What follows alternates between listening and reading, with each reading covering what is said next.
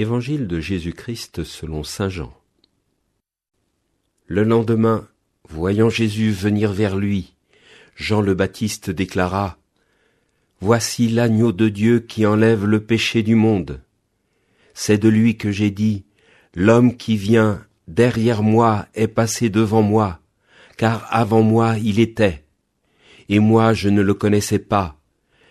Mais si je suis venu baptiser dans l'eau, c'est pour qu'il soit manifesté à Israël. » Alors Jean rendit ce témoignage : « J'ai vu l'Esprit descendre du ciel comme une colombe, et il demeura sur lui.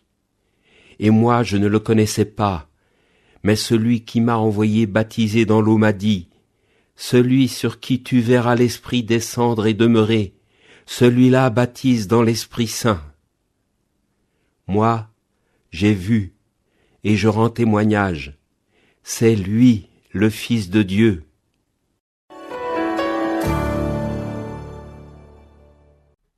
Voici l'agneau de Dieu qui enlève le péché du monde. Cette phrase, nous la connaissons bien, puisque c'est ce que dit le prêtre avant la communion lorsqu'il présente le pain de vie, le corps du Christ à l'assemblée. Mais finalement, qu'est-ce qu'elle veut dire, cette phrase de Jean-Baptiste ? Où est-ce que l'on parle de l'agneau de Dieu dans la Bible ? Eh bien, on en parle, entre autres, dans le livre d'Isaïe, au chapitre 53, à propos du serviteur souffrant. Je lis notamment un passage. « Comme l'agneau qui se laisse mener à l'abattoir, comme une brebis muette devant les tondeurs, il n'ouvrait pas la bouche. » Évidemment, lorsqu'on entend ce texte, on pense immédiatement à Jésus en train de vivre sa passion. Plusieurs fois dans le récit de la passion, saint Jean note que devant ces juges qui l'interrogeaient, Jésus se taisait. Comme un agneau conduit à l'abattoir, il n'ouvrait pas la bouche. C'est très étrange, Jésus ne se défend pas. Il est l'agneau sans défense qui n'ouvre pas la bouche. Pourquoi est-ce qu'il n'ouvre pas la bouche ? Parce qu'il est tétanisé de peur ? Pas du tout, bien sûr. Il n'ouvre pas la bouche parce qu'il refuse de se défendre en accusant les autres. Que les autres soient des bourreaux ou Dieu son Père.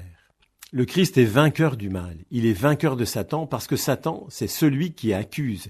C'est celui qui est l'accusateur de nos frères, comme dit l'Apocalypse. Jésus refuse d'entrer dans cette logique d'accusation. Il accueille tous les pécheurs dans son cœur sans les accuser, sans les condamner. Et c'est pour cela qu'on peut dire que son cœur est un refuge pour les pécheurs. Mais il faut aller encore plus loin. Non seulement le Christ est l'agneau de Dieu sans défense, qui n'ouvre pas la bouche pour accuser les pécheurs, mais il est aussi l'agneau de Dieu qui enlève les péchés du monde. L'agneau immolé qui porte sur lui tous les péchés de ses frères. C'est ce que dit Isaïe à propos du serviteur souffrant, toujours dans Isaïe chapitre 53. Il a été compté parmi les criminels alors qu'il portait le péché des multitudes. Là encore, qu'est-ce que cela veut dire ? Comment un seul individu peut-il porter tous les péchés de l'humanité ? Mes péchés, c'est bien moi qui les ai faits, c'est pas le Christ qui les a commis, lui qui est sans péché. Je crois qu'on ne peut pas répondre à cette question si l'on ne comprend pas l'infinie largesse du cœur du Christ. Jésus a un tel amour pour les pécheurs qui habitent l'intime de son cœur qu'il en vient à s'identifier purement et simplement à eux. C'est ce que dira saint Paul. Celui qui n'a pas connu le péché, Dieu l'a pour nous identifié au péché des hommes. Voyez, chacun de nous en ce moment peut dire « J'habite le plus intime du cœur du Christ, y compris avec mon péché. » Et le Christ, lui qui n'a jamais connu le péché, il éprouve un tel amour pour moi qu'il va se présenter au Père avec moi et lui dire « Père, tu vois cet homme pécheur devant toi, c'est moi. Prends pitié de moi. » C'est fou de comprendre ça. Le Christ dit « Ce pécheur, c'est moi. » Mais il faut aller encore plus loin. C'est pas simplement le Christ qui porte les péchés du monde, mais il nous demande à nous, ses disciples, de les porter avec lui. Très concrètement, par exemple, si je suis en conflit avec un voisin qui depuis des années me pourrit la vie, je peux m'installer dans la rancœur ou l'agressivité envers lui. Ou bien je peux dire au Seigneur, aujourd'hui, tout ce qui va me coûter dans la journée, je te l'offre. Je l'offre pour le salut de mon voisin, pour qu'il ne reste pas toujours enfermé dans sa méchanceté. J'ai bien conscience que ce que je dis là, c'est très coûteux. C'est un moine de l'abbaye de Cédefons, le père Jérôme, qui racontait cette petite parabole. Sur le chemin du paradis, nous sommes transportés par les cars du bon Dieu. Il y a quelques cars pour les amis de Dieu et une longue file de cars pour les autres. Ces derniers sont gratuits.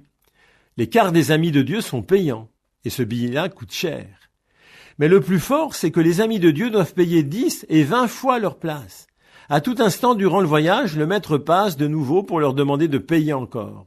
Les amis de Dieu finissent par comprendre qu'on leur fait payer pour d'autres, pour ceux qui voyagent sans billet dans les longues files des cars gratuits. porter les péchés de nos frères. C'est coûteux, mais cela fait partie de notre vocation de disciple de Jésus. Alors la prochaine fois que je participerai à la messe, lorsque le prêtre élèvera l'hostie en disant « Voici l'agneau de Dieu, voici celui qui enlève les péchés du monde », pensez vraiment que le Christ Jésus est là, livré sans défense à notre amour, qu'il prend réellement sur lui tous nos péchés et qu'il nous invite à le rejoindre pour faire de même avec les péchés de nos frères. Amen. L'évangile était commenté par le père Patrice Héon, curé de la paroisse de la Sainte Famille.